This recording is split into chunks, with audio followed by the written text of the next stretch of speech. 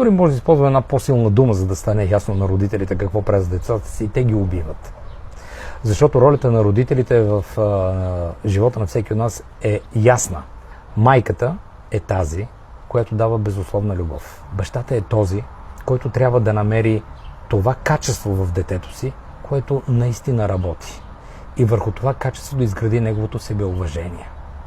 Детето, когато е насърчавано от баща си да бъде футболист, а то не е. Той е, да кажем, перфектен математик, или музикант, или писател. Но в очите на баща си това дете трябва да играе в футбол като любимия футболист на баща си. Нереализирани. Това дете, колкото и добър лекар да стане, той винаги в себе си ще носи травмата, подсъзнателно, за това, че баща му не му се възхищава.